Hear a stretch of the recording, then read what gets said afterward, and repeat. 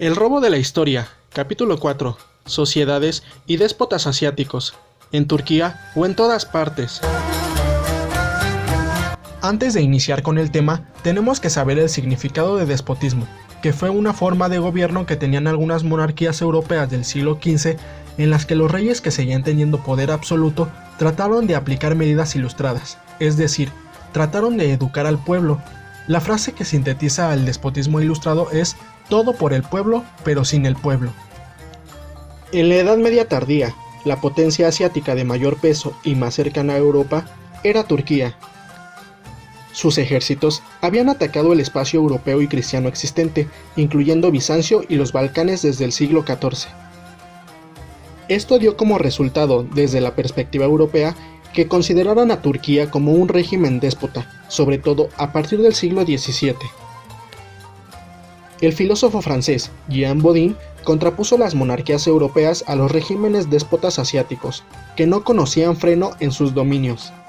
Por otra parte, también el filósofo francés Montesquieu creía que bajo los sistemas orientales los bienes siempre eran susceptibles de ser confiscados. Esa inseguridad personificaba el despotismo oriental, opuesto en principio al feudalismo europeo, donde las propiedades de un hombre siempre estaban a salvo. Por supuesto, el concepto de despotismo otomano cambiaría con el tiempo. El primer tercio del siglo XVI, las instituciones otomanas se comparaban de modo favorable con las occidentales de los embajadores venecianos.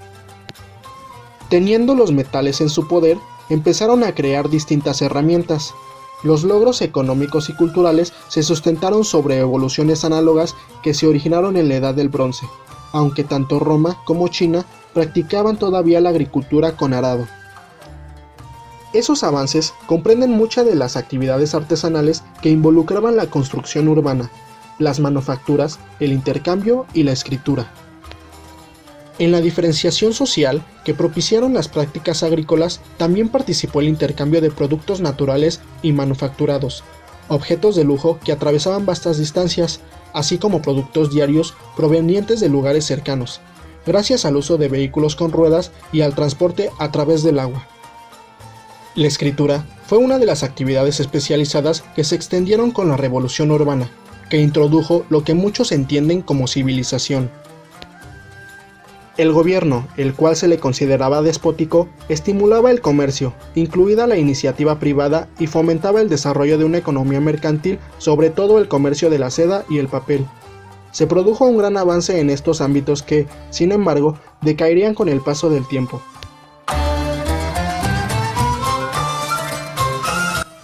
El ejército del sultán. La visión de Turquía como un régimen déspota va de la mano de la idea del conservadurismo islámico. Esto implica su resistencia a adoptar las innovaciones tecnológicas. El descubrimiento de la pólvora, la aparición de las armas de fuego y, en concreto, su empleo para la guerra, fueron acontecimientos de la Edad Media tardía. No se sabe con precisión cómo llegaron a Turquía las armas de fuego y la pólvora. Existen documentos sobre la utilización de artefactos que funcionaban con pólvora entre los mongoles a partir de la época de 1230. Europa no tardó en reconocer el valor de las nuevas armas y las empezó a desarrollar en forma de cañones. Se produjeron algunos hitos, entre los que se destacaron los nuevos arsenales y fundiciones que fabricaban barcos y cañones, y Turquía no vaciló en adoptar tanto técnicas como prácticas de trabajo que han sido definidas como capitalistas. Comercio. El comercio era tanto público como privado. Los imperios romano y bizantino dispusieron el comercio, la circulación y venta de mercancías bajo el control estatal. El comercio también incluía mercaderes independientes. Todos los países europeos que aspiraban a una expansión mercantilista, como requisito previo al desarrollo económico, tenían que solicitar estos privilegios económicos al sultán. La industria de la seda. La seda incluso llegó por primera vez a Bizancio desde China a través de intermediarios persas, tanto por la ruta terrestre como por el Océano Índico. El tejido de la seda ya recorría el camino entre China y Europa en el siglo VI a.C. El tejido empezó a llegar a grandes cantidades a partir del año 114 a.C. y no tardó en florecer una industria del tejido de la seda. Hacia el siglo IV su manufactura se había extendido hasta Persia y luego llegó a Bizancio, una industria que heredarían y desarrollarían los turcos.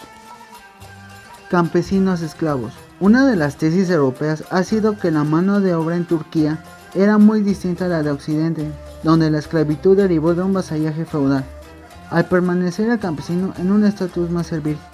No cabe duda de que en la Puerta hubo periodos de fuerte gobierno central, pero considerar esclavos a los campesinos turcos del sultán es asumir a la retórica como realidad. De hecho, la agricultura otomana se basaba en propiedades arrendadas bajo lo que se ha denominado el sistema de Sifhan.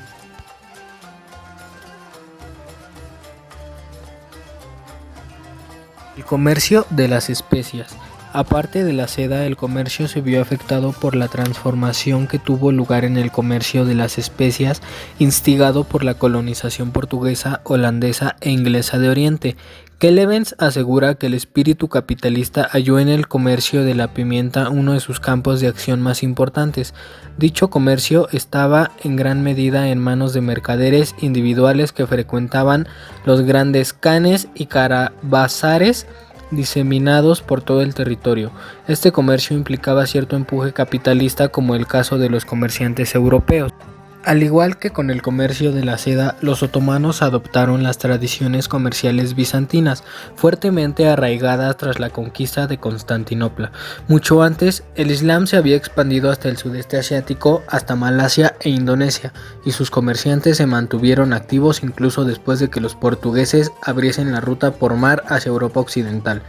A pesar de la oposición portuguesa, siguieron abasteciendo el Mar Rojo barcos procedentes de la India y Asia, Sumatra, principalmente musulmanes. Similitudes culturales entre Oriente y Occidente. Si Turquía era el estado no europeo asiático más cercano, el principal blanco de la crítica posterior a la Ilustración fue China. A los ojos de muchos europeos, ese inmenso país estaba destinado a seguir siendo tradicional, estático, despótico, incluso atrasado. ¿Una sociedad estática?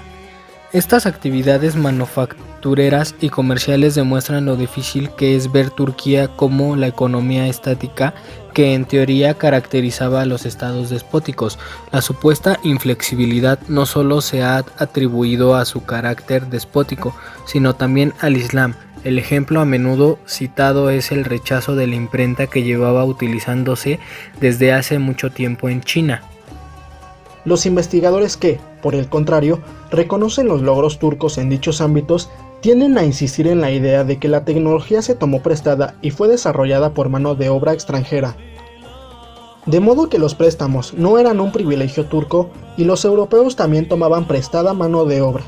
Tampoco se debe entender este empleo de mano de obra de otros países como conservador o inferior. Esta es la forma correcta de pensar interactivamente en la transferencia de tecnología y desarrollo del proceso industrial.